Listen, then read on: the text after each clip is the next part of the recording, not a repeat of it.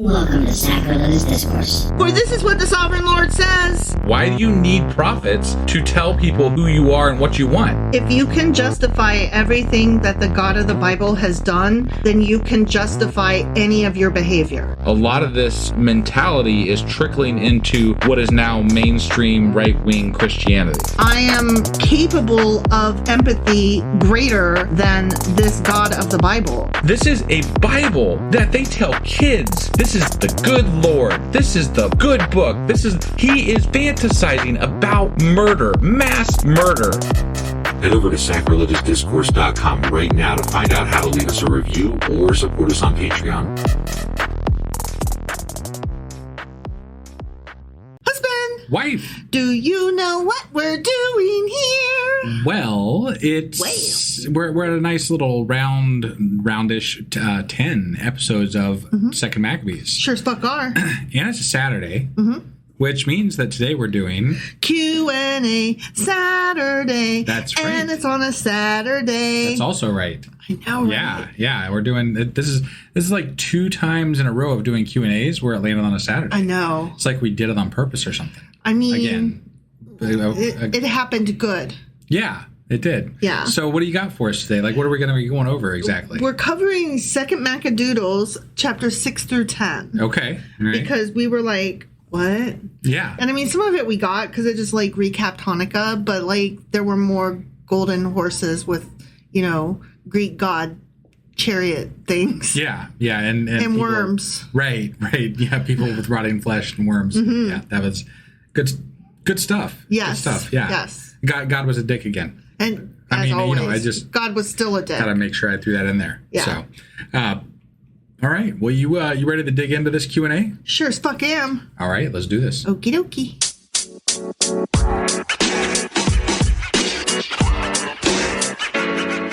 All right, we are here hopping into Second Maccadoodles Q&A. Yeah.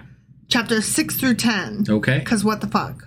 I mean, worms and Zeus. Right, and golden horses and stuff. Yeah. Right. So just to give you like an overview, and then I'll like tell you basically what happened in each chapter. Okay. Here's the overview, okay? Yeah.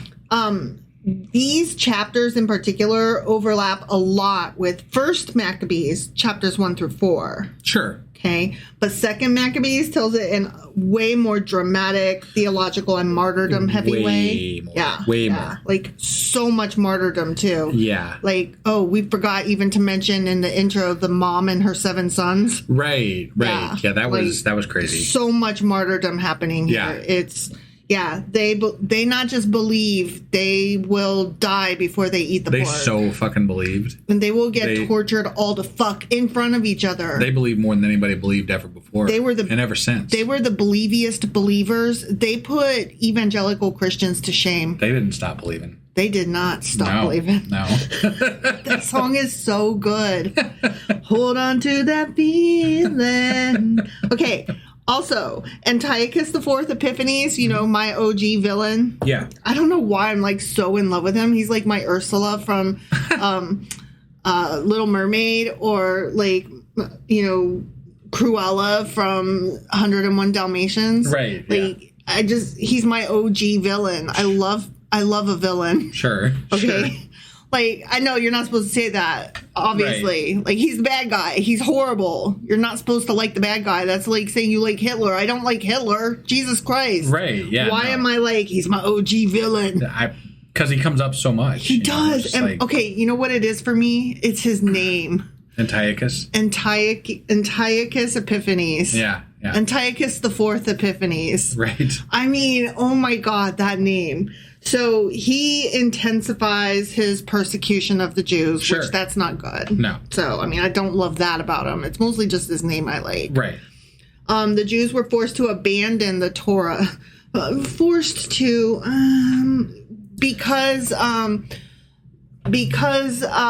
Antiochus came in and was like, I will kill you if you don't. Yeah. And be Greek or die. Mean, that's what a lot of people would consider forcing. Yeah. So. Yeah. See, at the time I was thinking of the mother and the 7 sons Sure. And I was like, forced? I mean... Well, sure, you can choose to die. Well, yeah. And they did. But that's not... We talked about this back then. Yeah. That's not much of a choice, and we would definitely not choose to die. Yeah. So it would be more... For most normal people, it would be a forcing of not worshiping their God. Yeah. You know, like, they can't... You're right. They You're can't right. practice it. They don't have temples to go to. It's just...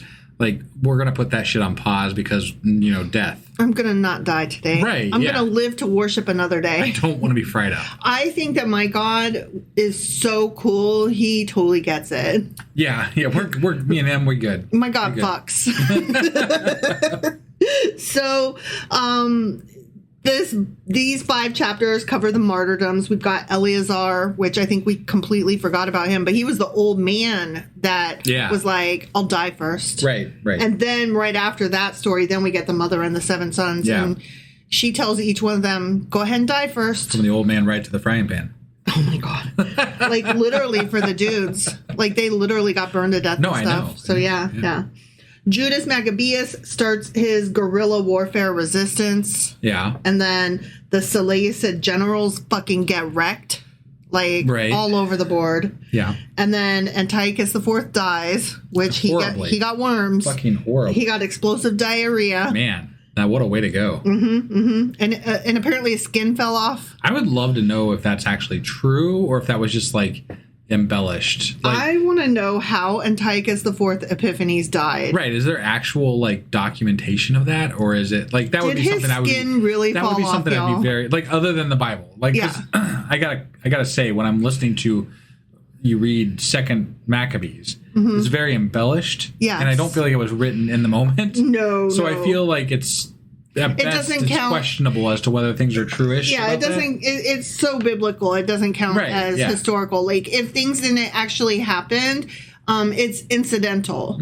The fact that it's in the Bible is like not proof that it happened. No. It's merely, well, that shit got recorded along with a bunch of other bullshit. Right. Like my guess is that somebody who said and it passed down like through the game of telephone or whatever, like that he had diarrhea and then it just turned into his flesh was rotting and his bowels were God oozing gave out him worms and all kinds of shit. So, but the skin falling off. Right. No, I mean it was bad. And so then later on, towards the end, the temple is re-purified and rededicated, and that's the origin of Hanukkah. Yeah. Which again, we did read about that in First Maccabees. Very briefly. Well, yeah. We read about it because we did a Q&A and we found out that that's what that was. Right. But they did cover it somewhat. Mm-hmm. So those are things that happened. Yeah. Those are all things that happened in chapters 6 through 10. Sure. But let's talk about each chapter individually a little bit more. Okay. Because, why not? That's what we're here for. Yeah. Okay, so in chapter 6, we've got forced Hellenization.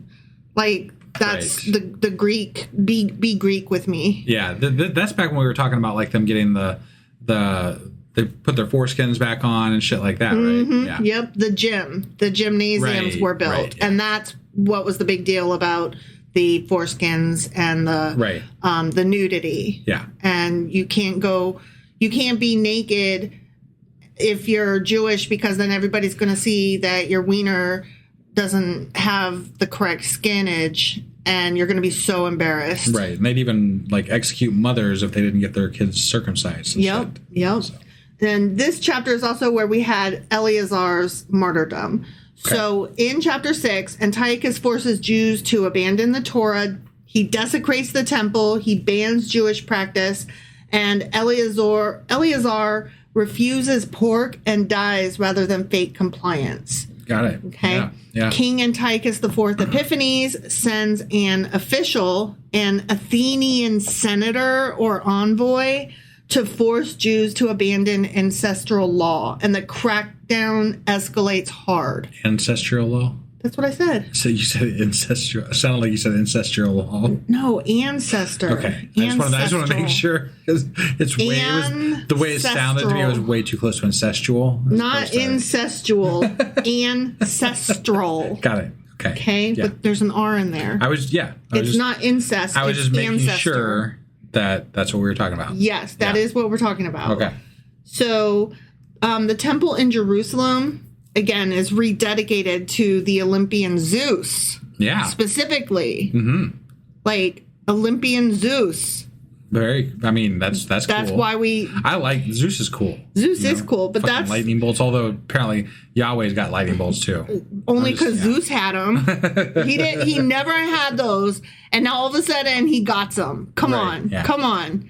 Tell me that the Greeks didn't get under your skin. Yeah. Well, no, right? he did have lightning bolts that one time that he killed Uzzah for touching the ark. Justice for Uzzah, remember? All right. He shot him with a lightning bolt. Was it a lightning bolt or was it electricity? Or what other kind of electricity would have been? Just saying, I didn't think it was a lightning bolt.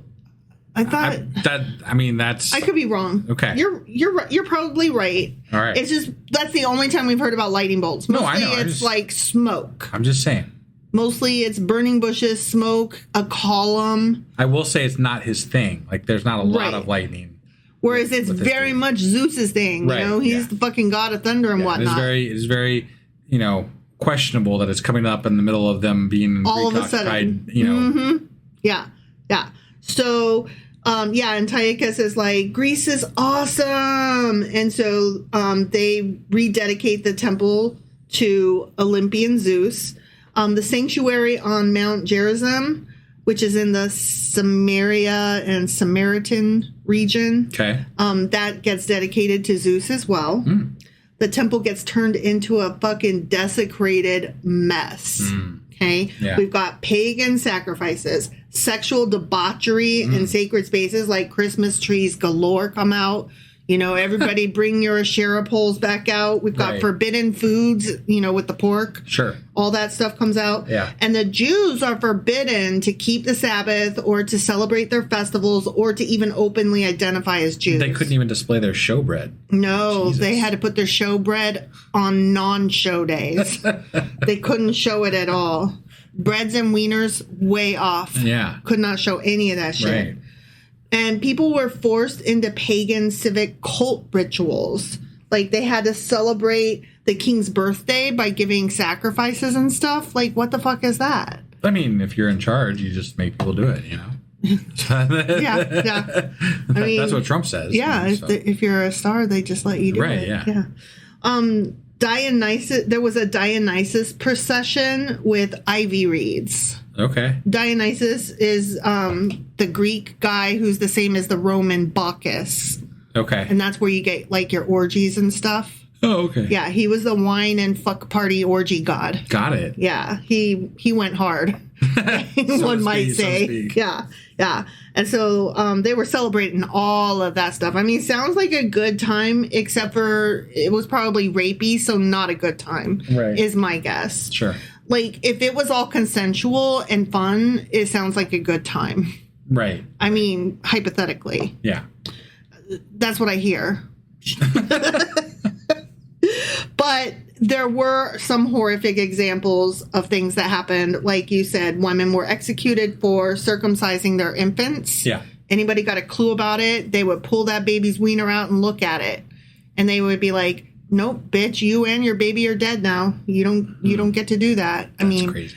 Like, I have such mixed feelings. Like, doing that to a baby is kind of gross. Now we understand, like, hey, let's not cut off the foreskin. Yeah, but that's not the same as murdering people. Right. Like, no, I know. That's why I'm like, we don't murder people because they do it. Right. Exactly. Yeah.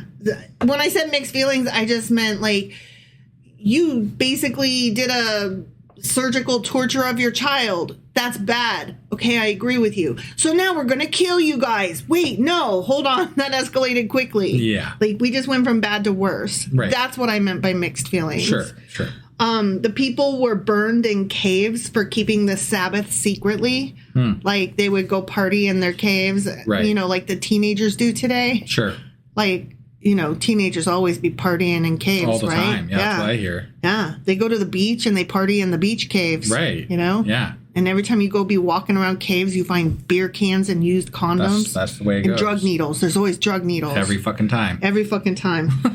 When's the last time you've been to a beach or a beach cave? It's been a long time. It's been a long time. I don't know that I've ever been to a beach cave. I've been to a beach cave, but it's definitely been a couple of decades. Yeah. All right, so in all of this, then comes Eleazar, okay? He's an elderly scribe, so he's an old man. Yeah. He's very respected and advanced in age. He's a old Jewish scribe, and he's very respected by his friends who are the Greeks who are not Jewish, but they're all friends. They've been friends forever. Right. And they're like, dude, you need to eat pork so that you can, like, fit in. Come on. Yeah. And his friends offer him a compromise. If you just fake it, just like pretend, like they'll bring lawful meat so that it looks like they're totally willing to cover for him. Yeah. Because they like this guy. He's cool. Sure, and they're like, we don't want you to die. We're not going to rat you out that it's fake. Just, go along to get along so that we don't get in trouble with you and so that we don't have to report you. Like, if anybody asks, we can be like, no, he totally ate pork. But he refused because it would dishonor him in his heart, in his soul. And it would mislead younger Jews into apostasy. Sure. And he was like, I got to set the example. Right. If I'm not willing to walk the walk, then I should not be talking the talk. And I mean, he chose torture and death rather than hypocrisy. Yeah. And I'm like, you should always pick hypocrisy over torture and death. I mean, I feel like in those circumstances, just pick hypocrisy, my guy. It's easy to say when we don't, like, we kind of talked about this too. It's easy for us to say when we don't believe in a God. Right. But I'm trying to think what would make me be like. But we kind of talked about this too. And it's like if it was our kids or something like that, that would be different, right? Like that would be something that might bring us to that point, right? But not renounce science. Well, like, okay, fine, science is fake. No, I would totally renounce science. God is great. Yahweh's awesome. Bring on the fish or what the fuck ever. I mean, I wouldn't, obviously not in my heart, but Right, but I don't believe anyway, so it's not a problem. Yeah, but if it came, I don't know. If there was a threat against somebody that I love, obviously, but they would understand that I'm saying things to save their life. Sure. And they're not going to be mad at me my for thoughts, even if I did believe, would be like, my God's going to understand that I just don't want to die. Like, come on, this is stupid. Why would I just die? I don't want my child or myself to die, and any God I choose to believe in, because it is a choice. Right. You do get to choose what God you believe in. Yeah, they'll be okay with it. Yeah. So the main characters in chapter 6 are Antiochus IV Epiphanes. He's the Seleucid king and the chief villain. Right. Eleazar, he's the elderly scribe and the model martyr. You're supposed to respect and look up to him. Got it. I don't know how I feel about that. Yeah. There's the Athenian envoy and the senator, and they are enforcing the king's policies. And then there's Philip. He's mentioned as connected to the cave burnings in some versions and translations. Okay, which I think we read about him. Philip. Sounds familiar. Because I always think of him as Prince Philip from Sleeping Beauty. Okay. That's the prince's name in that story. Right. The locations. We had a hard time keeping up with locations in the first 5 chapters, so I tried to track them in these next 5. Sure. In chapter 6, we're in Jerusalem. We're in the temple in Jerusalem. We're in Mount Gerizim, which is the Samaritan sanctuary area. Okay. And the nearby caves and hills, where they partied hard. Right. Okay. Here's how 2nd Maccabees overlaps with 1st Maccabees for chapter 6. Okay. Mostly this chapter overlaps with 1st Maccabees chapter 1, verses 41 through 64. Okay, we've got Antiochus' decrees, we've got the banning of Torah observance, the defiling of the sanctuary, the forcing of pagan sacrifice, the mothers killed for circumcision, and the faithful people fleeing into the wilderness and the caves. Okay. Like, it was told differently, especially, like, they described it more as in the wilderness in 1st Maccabees. Yeah. Whereas it's more caves and shit like that in 2nd Maccabees. Right. So I'm glad I studied it, because I didn't realize, like, that was the same. Like, I'm really bad at making connections. So, like, wilderness equals cave. Right. Just so you know. The cave was probably in the wilderness, Yeah, exactly. So the difference is we already know. First Maccabees gives more the political and historical summary, whereas Second Maccabees gives more of the moral horror and the martyrdom and the theology, that kind of stuff. Yeah. That shows up really big in chapter 6. Yeah. Okay. As far as how Second Maccabees chapter 6 compares to the Old Testament and the Hebrew Bible. Yeah. Which, those are the same thing. Yep. The book of Daniel, chapter 7 through 12, is all over this. Like, this is that same kind of thing with the arrogant pagan king, the persecution of the faithful, and the desecration of the sanctuary. Okay. Like, that is so the same. Right. Okay. Especially Daniel chapter 3, verse 31. He talks about abomination that desolates. That's the classic parallel that you'll see come up again and again when we're comparing these two. Abomination that desolates. Okay. Because it's like complete, like abomination meaning like, desecrating the temple. It's an abomination. Yeah. And it desolates meaning, unto depression. Like, it's just horrid. Like, everything about this is a horrible time period. Yeah. So, also the comparison is Eleazar feels a lot like what you would see in the wisdom books where, like Job and stuff like that. Like, not the histories, not the... God, I just don't think I've ever heard you refer to them as the wisdom books before. Maybe I'm wrong. I have. Okay. They're I didn't recall it. I'm sorry. It's the different parts of the way the Jewish Bible is broken down. Like, there's the Ketuvim, and there's the histories, there's the wisdom books, there's the dudes, the prophets. I wanted to say philosophers, and I was like, no, that's wrong. Prophets, and the wisdom books are the ones that aren't either the prophets or the histories. They're the ones that are just like trying to teach you something. Got it. So, like, Job is the biggest example of a wisdom book. Sure. But Eleazar feels like it's one of those. Yeah. With his righteous suffering of traditions. Sure. And later on, how we like see Daniel's faithfulness under empire, like Eleazar echoes that. Yeah. So that's all chapter 6. Okay. Chapter 7 is totally the mom and the 7 brothers. Okay. That whole chapter. Yeah. So the mother and the 7 sons are tortured to death for refusing pork. And the major text for resurrection of the righteous appears in this chapter, which is really crazy. Okay. Like, resurrection at all is just like, yeah. What are you even, like, that's a Christian. Why are we talking about this? Right. But it comes up, and it's just really weird. This is one of the most famous martyrdom stories, like, even more famous than Eleazar. Well, yeah, I mean, it's a whole fucking chapter about them getting fried and tongues pulled. I mean, like, it's very graphic. It's grotesque. Yeah. Yeah. The 7 brothers and their mother are arrested. They're forced by Antiochus IV to eat pork. They refuse one by one. Each son is tortured horribly and killed in front of the others.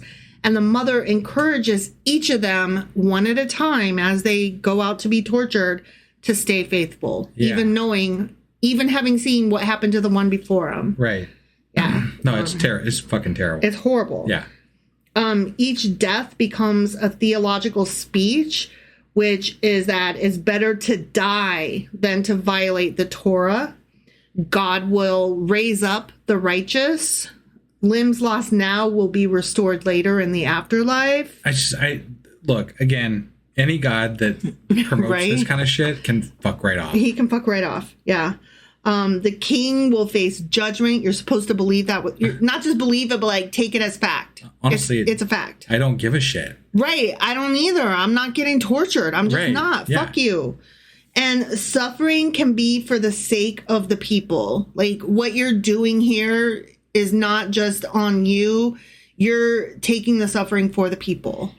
I guarantee there was at least 100, maybe 1,000, maybe 2,000, 100,000 people that decided to not go into the frying pan. Oh yeah, definitely. You know what I mean? Like, this is you're making a bad choice here. No, I totally agree. I totally agree. what that made me think of when I read that line, because it came up again and again in my notes covering these chapters, suffering for the sake of all the people. It made me think of the book The Giver, where one person is chosen to take on all of the feeling or all of the sins, like to be the scapegoat. Yeah. You know, to be the one that takes all the suffering. Right. So that everybody else can go free. Yeah. And you're supposed to like feel, instead of like being sad, oh, my finger just got cut off. Oh, that hurts. That sucks. Yeah. You're supposed to feel proud and strong. Like, I'm taking this for the group. That I am doing this means that I'm saving my entire group. Like, it's to turn torture and suffering into a thing to be proud of. And I suppose if I viscerally felt like, if I knew that to be the case, right? Like, that'd be a different story. But like, I can't. You're everything about religion is taking it on faith. It's not. There's nothing that you can tangibly put your finger on and say, this is definitely going to happen, because there's never a point that has ever been covered. With like, even people the most faithful say you have to have faith. You have to believe it from this certain perspective to understand things, right? There's never been anything tangible that I've heard somebody say that is like, this is definitely a reason to go get fried up in a frying pan by somebody. You know, like, no, there's no fucking reason for that. No. And you couldn't convince me that there's any reason for that. I mean, even like, okay, there's a part in the book 1984 where they break you down and they make you admit and even believe to things that aren't true, such as that 2 + 2 is 5. It doesn't matter if it's true or not. They want you, the government in the book wants you to say it, because then it's not that you'll believe everything or anything. It's that you will stop fighting. Yeah. You've given up. It's a breaking. And so even math is not something, and I love math. Like, the whole point of religion is to believe in something that's greater than yourself, right? Sure. Is to find faith and find strength in something that's larger than yourself, that you belong to something bigger than you, right? Sure. And the only thing that even slightly comes close to that to me is math. I find just the fact that math, there's always a correct answer. I might not be able to solve the problem, but there is a right answer. Yeah. It is there. Right. It, like, 2 + 2 is 4, assholes. Sure. It's not 5. Yeah. And I'm not talking about fucking quantum physics and imaginary numbers. I'm talking about like your solid fucking math, right? It's very reliable. It's very solid. And that's why I like it so much. It's logical and it makes sense. But even at that, I don't have a spiritual connection to the point that if I'm about to be fried up, like, I would have no problem being like, yeah, okay, 2 + 2 is 5. What the fuck ever. Right. Whatever makes you not fry me for dinner is fine. Yeah. I don't fucking care that much. Right. Like, I get what the book was trying to imply, and I get why it was a big deal when he finally did say 2 + 2 is 5. Well, you know what else gets you to stop fighting? Death. Right, exactly. I'm just saying, like, you can't fight if you're dead. Exactly. So, live to fight another day, my guy. Right. Like, make 2 + 2 = 4 tomorrow. Yeah, right. Like, I don't know.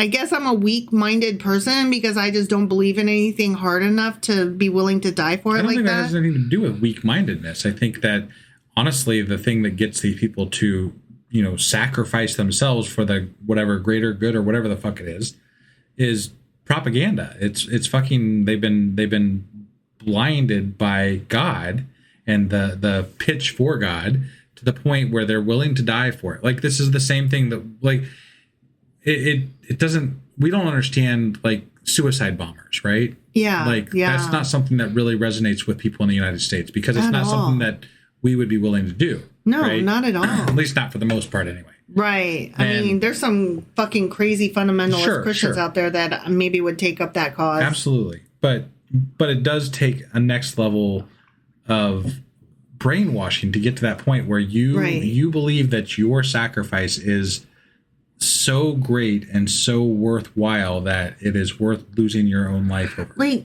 honestly, whom's the fuck do you think you are that you matter that much?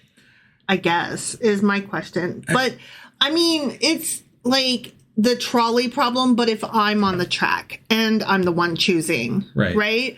Like, if there's the trolley problem, okay, so just for those who don't know, the trolley problem is this common philosophical debate of there's a train going down the track. There's 3 people on the track, and it's going to kill those 3 people.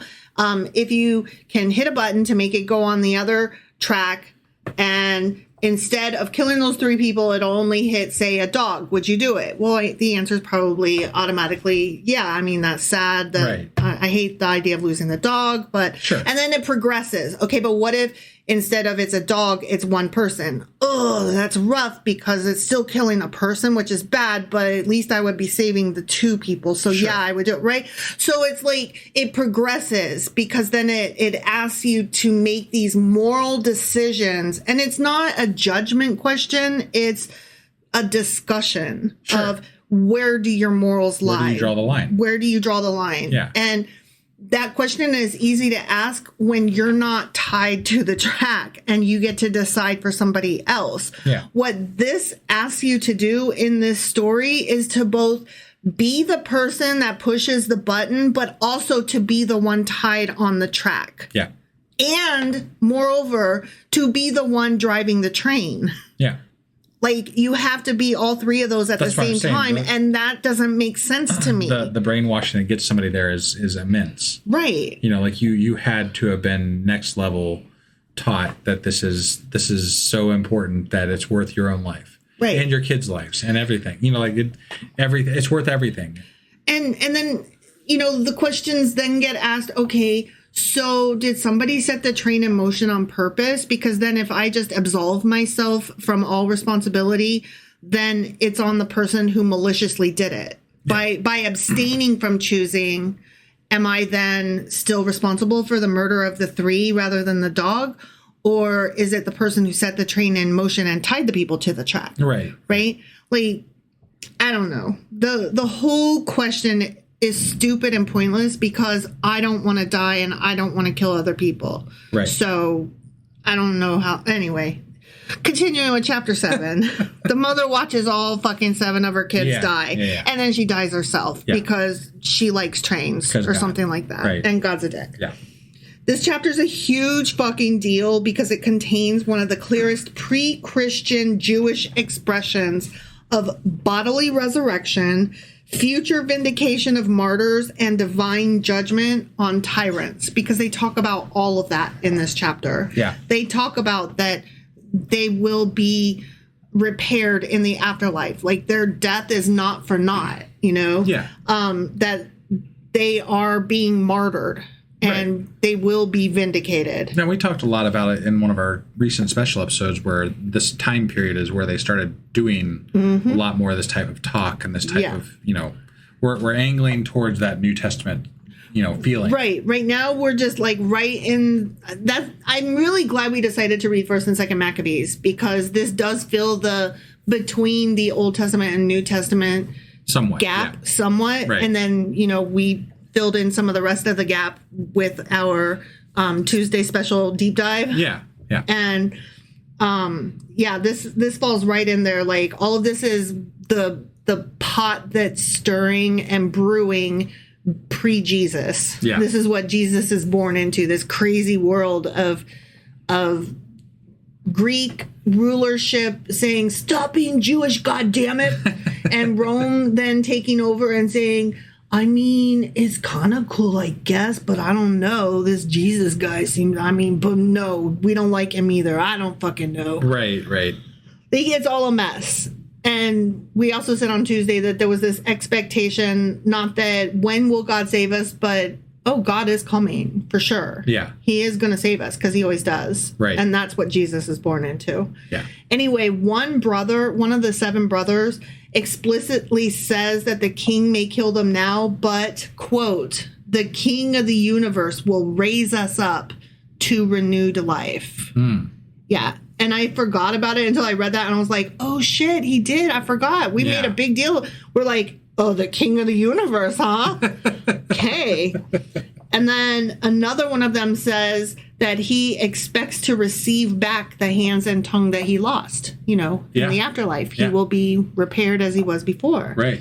And it's not just vague immortality language. Like, this is very specific. Yeah. Yeah. It's very resurrection-ish. Like, this is where we're going. Yeah. Okay. And it sounds good because these people are suffering. They are suffering for their religion and for their faith, and they are choosing to, and there has to be a reason for it. Right. They've got to have a reason for being killed for circumcising their child. Yeah. They've got to have a reason for having circumcised their child in the first place. Yeah, it's the matter. It's what you're justifying, right? Like, why would you do this if you're not willing to martyr yourself? Like, why would you do these things if you don't think that there's some payoff in the afterlife or whatever, Well, we talked about cults in the Tuesday before, and we talked about sunk cost fallacy. Yeah. Like, we've been doing this for thousands of years, and so there has to be a payoff. And we've been trying to make other people understand why we do this for thousands of years and, steal their land while we're at it and take their slaves while we're at it. When they're not doing the exact same thing. Yeah, that's what I'm saying. Yeah. Like, there has to be a reason for it. Yeah. So they're looking for it. And this is where we head into the New Testament. No, you obviously have to sacrifice yourself or it's just not worth all of this. You were killed for no reason. Right. And who wants to what's that book about? Yeah. That's just Gone Girl. The main characters in chapter 7 are Antiochus the Fourth Epiphanes again. Yep. The mother of the 7 sons. There are some texts that suggest various names, but they are very difficult to pronounce, and I didn't catch them, so I didn't take those down, FYI. Okay. And the 7 brothers who are unnamed. Okay. There's no specific location that pins down where this happened that's named in this chapter, but it's somewhere within the sphere of the Seleucid persecution, so somewhere in Judea, Jerusalem, that kind of thing. Yeah. And there is no overlap with First Maccabees. This is a very second Maccabees chapter. Yeah. A very special chapter. It was very special. Yeah. So that was chapter 7. Yeah. Chapter 8, Judas Maccabeus starts hitting back. Yeah. Like Return of the Jedi. Sure. Sorry. I had those wrong. I was thinking The Empire Strikes Back and Return of the Jedi. Sure. And I made the titles go together because I'm not the Star Wars geek I would be, Right. I want to be better than I am. At least I recognize the difference between the two. There are some people that will literally, like, you'll say something about Spock or whatever, and then they'll say Star Wars. And then, like, when you are like, you mean Star Trek? They literally will be like, whatever, I'm not really a fan of either. And I don't understand those people, quite honestly, because you don't have to be a big fan. What planet did you live on? Seriously, like, what do you mean you've never heard of the movie Dirty Dancing? The fuck? Like, you don't know what Ghostbusters is? I'm not saying you had to see it 100 times and, like, know quotes from it, but you don't know what it's about? Literally, you've never heard the song? Right. Like, come on. Don't be that guy. So in chapter 8, Judas Maccabeus organizes resistance, wins key battles against the Seleucid commanders, and he starts taking names. Yeah. Okay. He's coming back big. Sure. Okay. So here is where we enter the resistance proper. Okay. Judas and his companions, they gather up some faithful Jews. They recruit those who remain loyal. They build a force of about 6,000. And they do a lot of praying. They pray for the oppressed people. They pray for their desecrated temple. Yeah. They pray for their ruined city, the innocent bloodshed, and they most of all pray for divine justice. Unless you consult Maccabees chapter, or the book, First Maccabees, then they didn't pray at all. Right. Well, I mean, just because they didn't mention it doesn't mean it didn't happen. No, I know. But yeah, I get what you're saying. But in this chapter of Second Maccabees, they pray most of all for divine justice. Sure. Above all else. Yeah. Then, as soon as they're done praying, Judas launches his guerrilla warfare. Yeah. He does surprise attacks. He burns enemy outposts. he starts taking strategic positions and growing morale. So things are going well. He gives this huge, big pep talk that the outcome depends not on the size of your dick or your army, but on God. Right. He's like, it doesn't matter that there's only 3 of us here at this pep rally. We're going to win. Right. Yeah. So there's then the battle against Nicanor. And remember, I decided to call this guy Gorgeous. Yeah. Because I don't know if it's Gorgias or Gorgias. Yeah. So I just call him Gorgeous. So Nicanor and Gorgeous, there's this whole campaign against them. Okay, and they're the Seleucids, which are pre-Greek, like they're Greek guys. Yeah. Okay. So a Seleucid response forms under generals Nicanor and Gorgeous, as well as Lysias. He's the major Seleucid official behind many of the Seleucid campaigns. Okay. So when I say that Nicanor and Gorgeous had this shit going, sometimes it was one of them, sometimes it was the other, and sometimes it was under Lysias, whatever, and sometimes it wasn't. Got it. So it was them 3 in various combinations. Okay. There's even talk of selling captured Jews into slavery before the battle because they just assumed victory. That's right. Well, and they were raising money for their big, huge army fight. Yeah. They're like, what? And Judas is like, well, no, that's not fucking happening on my watch. Absolutely fucking not. Right. So the Jews pray and they fight and they win decisively because, God's got them. Yeah. Right. Not because they fought hard, not because they had something worth fighting for, that the morale was there. It was all God. Let's keep in mind, too, that the Greek army, the Seleucids, were several different forces of conscripted people from various nations, right? Yeah. Because this had all been happening under Alexander the Great prior to the Seleucid generals, sure. right? So they were all conquering various nations, whereas the Jews are like, but we just Jewish. We won. We're one team. Even though we're now spread out among various nations, we are still one fucking team and we are defending ourselves. Yeah. And so they had a different type of morale. So, their numbers were smaller, but they had something worth fighting for. So let's not, discount their enthusiasm level. Right. Okay. Right. But part of their winning decisively meant that enemy forces were, is it routed? Routed. Damn it. Routed. I can never remember if it's rooted or routed. And there was this huge plundering thing that happened. Like they, went on plundering. Like that was bad. They did that. Yeah. They were like, we won. And also I want all your gold and your slaves and your kids and your donkeys. Yeah. Give me. Yeah. Yeah. But the good news is that the Sabbath was honored after victory. Hey, so gotta look at the bright side. All that looting, we can overlook the looting because Sabbath. Sabbath. Yeah. Right. The spoils also, we can look at the fact that they were distributed to widows, orphans, the elderly, and others that were harmed by damn near persecution. Robin Hood. Right? Yeah. I mean, that's probably how they felt about themselves. Sure. Like, oh, we got to get all this gold to give to the needy. Right. I'm sure nobody pocketed anything. The main characters in this chapter are Judas Maccabeus, a.k.a. Judah the Hammer.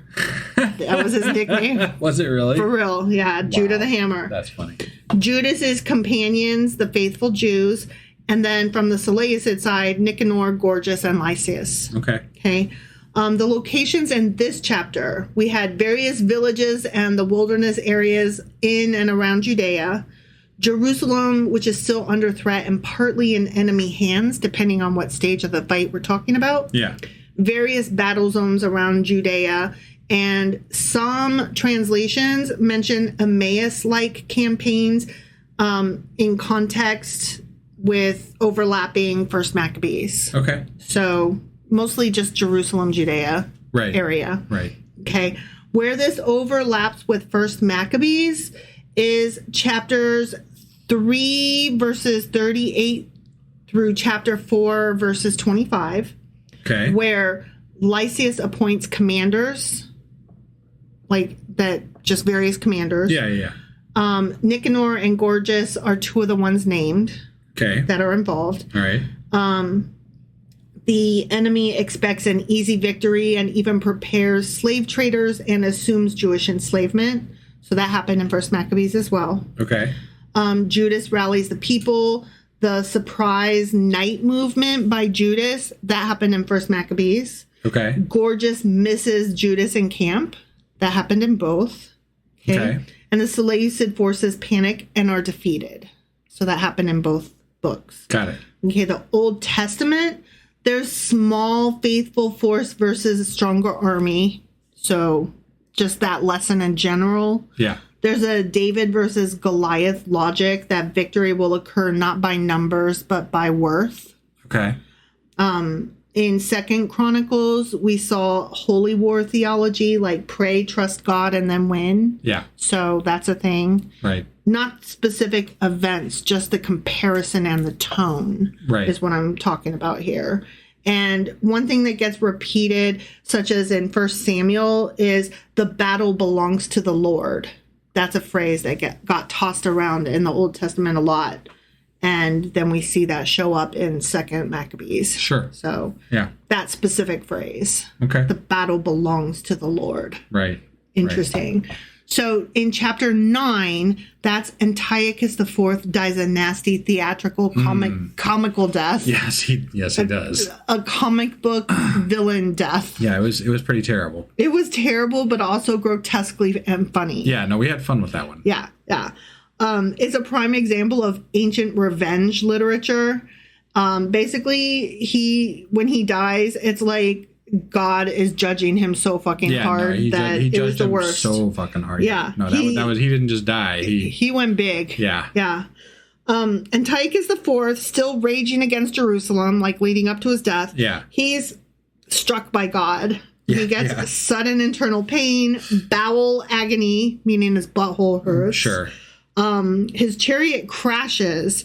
His body is broken. He gets worms and his flesh starts rotting off. Yeah. There's an unbearable stench. I forgot about how he'd be gassing it up. we joked that he might have been pushed off the chariot. Yeah, because he was farting so much. Stinking so bad. Yeah. Basically, he suffers total humiliation Yeah. before he dies of all these terrible ailments. Right. So it's basically like God is saying, you going to desecrate my shit? Okay, stand aside, hold my beer and watch what happens, because your insides are about to be a fucking allegory. And that happened. He finally, as he's dying with the worms crawl in, the worms crawl out. Yeah. He finally loses his arrogance and he kind of sort of acknowledges God and is like, whoa, you're so strong. Yeah. And as he's dying, again, the worms crawl in, the worms crawl out, and he's like, pass me a pen. And he writes a letter promising freedom and benefits to the Jews, honor for the temple, and he even becomes a benefactor. But what I recall most of all happening is him saying, and also please don't be mad at my son when he takes over. Like if this actually did happen, that was the reason. That was the takeaway. Not anything else. Yeah. But it was too late. He died miserably in foreign territory. Sure. The main characters were Antiochus IV Epiphanes. Yeah. The messengers and attendants who probably died of fart stank. Right. And the Jews as the people he tried to crush. Yeah. The location is on the road. He's on campaign, heading toward and thinking about Jerusalem. Yeah. In the east, there's foreign territory that during his last days, he talks about, like, this is all happening during his fall. Okay. So, Second Maccabees compresses his end somewhat differently than other literatures do. But, yeah, so there's... This guy existed and he died, just maybe not this way. Yeah. He did die abroad, though. Okay. Just not necessarily with gas and worms. Right. As far as like how this compares to First Maccabees, both agree that Antiochus hears bad news. He gets distressed. He falls ill. He recognizes that his suffering is connected to what he did in Jerusalem, and he dies. Okay. That's how they agree on what happened. Okay. The difference is obviously First Maccabees much more restrained. He's depressed. Yeah. He's a little sick. He kind of regrets his actions and then he dies. The end. Sure. Second Maccabees is so much more graphic and grotesque. Like, we get divine punishment is explicit.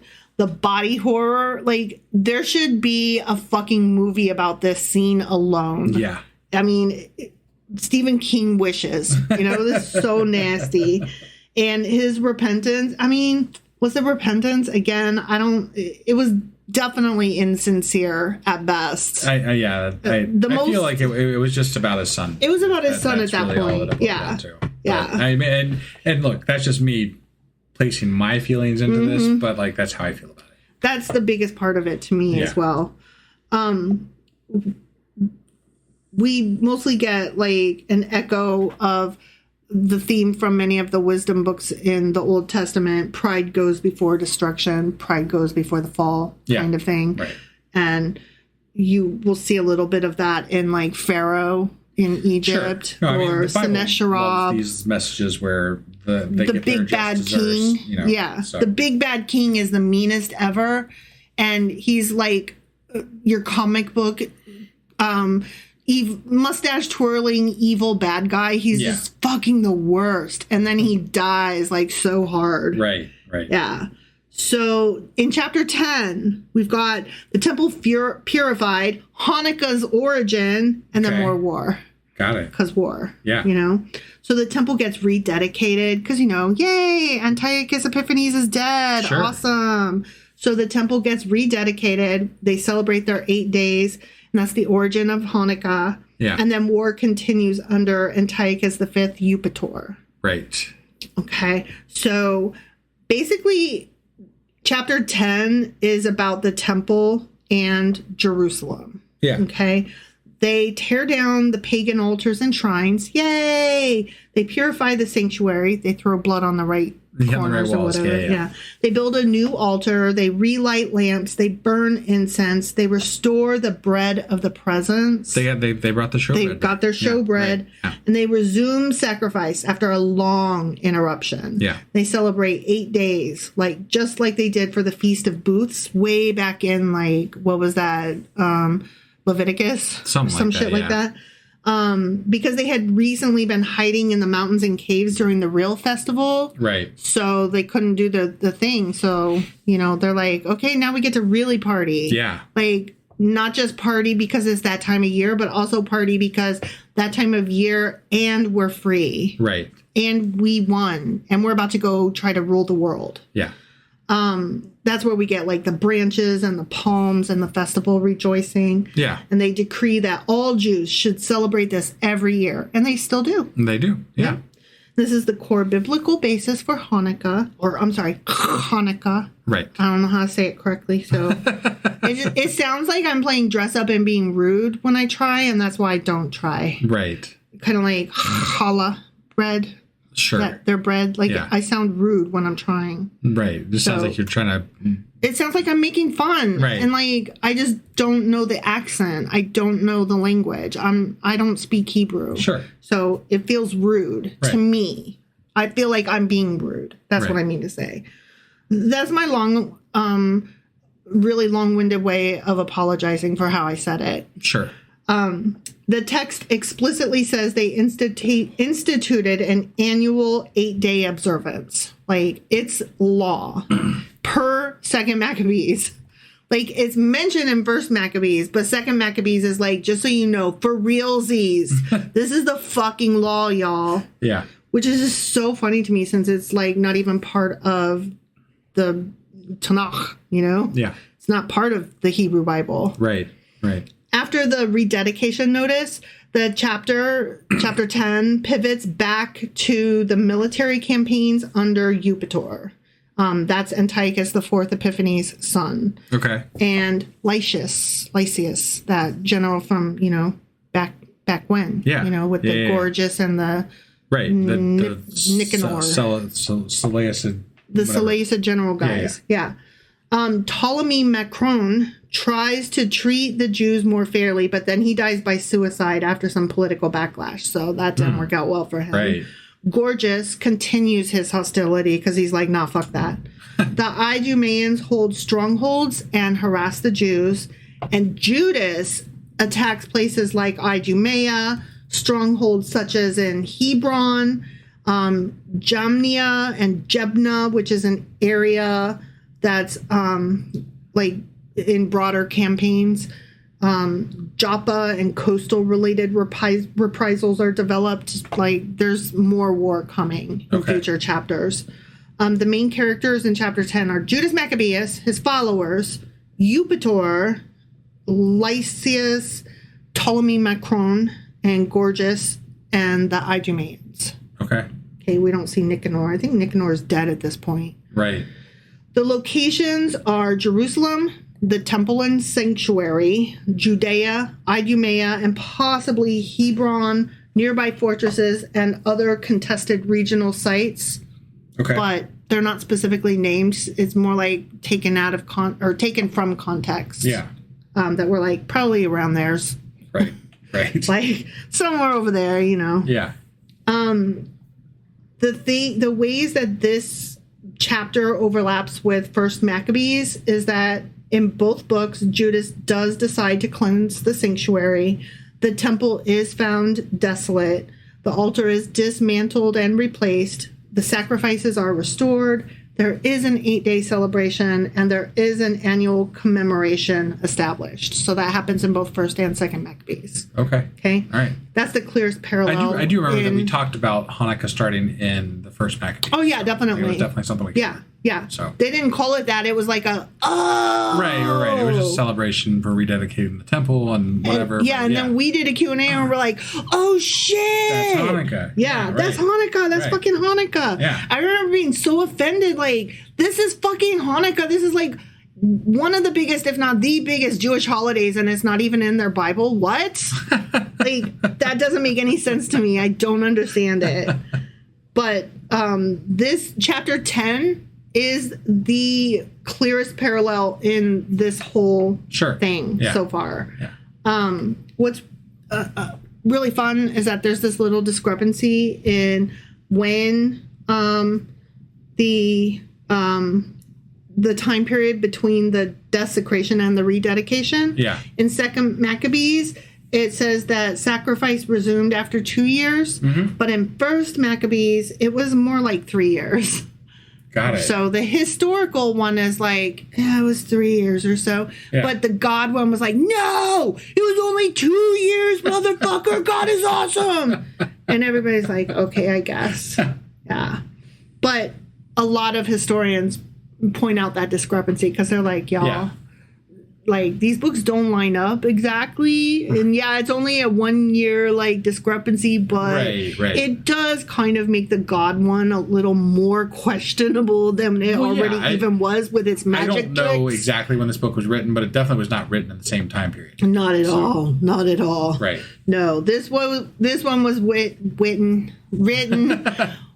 several hundred years after the first one was. Yeah, and it's very obvious. Yeah. Oh, yeah, definitely. You could tell what time period it's in because of the language, because of all the resurrection stuff. Yeah. And it's well more, come on, Jews, let's get it together. Let's be Jewish together. Come on, rally around the God, you know? Yeah. This chapter is drenched in Old Testament Hebrew Bible stuff. Like tones, like the whole temple restoration motif is all Old Testament, you know? Yeah. We get some Ezra Nehemiah vibes with the purifying worship and the restoring cult. Sure. All of that stuff. Hezekiah and Josiah with their reform vibes. Yeah. Like we see that a lot here, removing illicit altars and talking about like all of the hard partying that was done, you know, with the trees and the caves and all of that. Like that is so uncool, you know. The imagery from Leviticus and Deuteronomy where they describe the original Feast of Booths. Yeah. Sukkot, Sukkot. I'm horrible with pronunciations, but whatever, suck it. Yeah. Whatever that holiday is called. Right. There's imagery from that in Leviticus and Deuteronomy that develops into what becomes Hanukkah. Okay. Got it. The dedication of the sacred space echoes the tabernacle as well as later on Solomon's temple. Okay. So, like, it's all very cyclical and, like, let's borrow those vibes. Yeah. And then the branches and palms feels festal and triumphal in a way that later Jewish memory absolutely latches onto. Okay. And that later early Christians will be latching onto. Got it. Like, I mean, branches and palms. Like, Yeah. Totally. Yeah. No, definitely. Yeah. This whole 5 chapters, and really 1 through 10, all so far has done nothing but further back up the fact that First Maccabees was a military and political resistance story. Yeah. Like, just telling the history of what happened. Whereas Second Maccabees is also resistance, but with, like, the martyr theology, the suffering, the resurrection hope, and the moral stories, and the why. And not just what happened, but why it matters. Well, it's something I would be really interested in when we do wrap up Second Maccabees, is finding out, like, when this does happen in time, when it was written, because it sounds like a lot, like in a lot of the books that we've read, when they get all martyry and, like, you know, bringing their God into their books a lot, they're usually recalling something from the past and relating it to the current situation, like with regard to, like, the Babylonian exile and stuff like that, right? Like when there's some invading force that's threatening their people, when they're trying to rally, let's rally the troops and let's bring them back through these God wordings and, like, all these things, like, right? Let's readopt the Leviticus rule days in order to remember our roots, so that we can be one people again. So to me, it would be very interesting to find out when it was written, because I would imagine that it lines up very closely with, like, the Roman incursion to the Jewish lands and things I'm like almost that. positive. So. Like, we did cover that when I started this book, and I'm almost positive that's when it was written. Sure. Which makes total sense. Yeah, no, it does to me too. Like, because it sounds in line with other things we've heard from other times when other people tried to conquer them or did conquer them or whatever. Well, that, and because we're getting closer and closer to the resurrection stories. Well, and obviously the stuff that sounds very similar to New Testament type themes are very prevalent in this book as well. Yep. So. Yep. Yeah, no, that was a good recap and made me think a lot about, like, how this all kind of ties in. So I think this, on the heels of the Tuesday deep dive into the time period, like, helps bring home, oh yeah, this is what we're reading about. Right. Like, it really is helping me gear up and get ready for when we finish. We've got 5 more chapters now of Second Maccabees, and then, you know, we've got a regular wrap up stuff. We've got a regular wrap up, and I think I'll try to do a You're Always Wrong. Okay. With combining First and Second Maccabees to the whole rest of the Old Testament. Okay. And then I think we'll probably do, like, one more just, like, brief, when did these guys start? Who are these guys? Yeah. Like, just a brief intro, not too deep divey, because we don't know them yet. Yeah. And then I think we'll start. I think it'll be like maybe 2 or 3 weeks we'll be starting the New Testament. Yeah. No, I'm excited. And I hadn't been excited up until this point. I had been dreading it up until this point. Yeah. And now I'm getting psyched for it. Yeah. No, me too.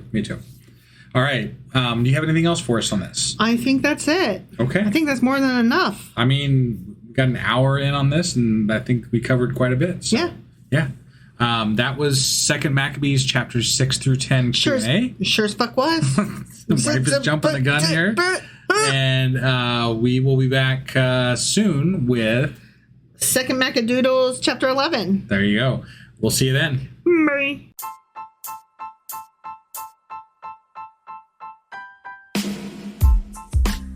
Hey wife, I guess that's the end? But husband, that's just sad. It doesn't have to be. We are on lots of social media platforms like Twitter. Our handle there is sacrilegious_D. For D's nuts. Oh my god. Stop doing that. Anyway, we're also on Facebook, Instagram, and Pinterest. There's a link to all of our social media sites at our website. Ooh, we have a website? Yeah, it's sacrilegiousdiscourse.com, where you can also find a link to our merch shop. We have a merch shop? Yep, we have podcast-themed clothing, mugs, notebooks, and more, as well as an atheist and science-themed products. Wow, our fans should really go check that out right now. Definitely. They can get in touch with us by sending an email to sacrilegiousdiscourse@gmail.com. But before they do that, we could really use some help. Oh yeah? With what? Well, it's not free running the podcast, and we need some financial support in order to get better equipment, which will free up time so we can concentrate on our podcast and our fans. Okay, so what should they do? Head over to patreon.com/sacrilegiousdiscourse and sign up as a contributor on our podcast. Supporters there receive additional bi-weekly episodes that we record just for our Patreon members for as little as $2 a month. Also, we'd really appreciate it if you would like and subscribe on whatever platform you're using. And Apple Podcast reviews help us out tremendously. Like and subscribe. Leave an Apple review. Join us on Twitter. Support us on Patreon. That's a lot of instructions. Don't forget to say thanks. Thanks. Okay, bye.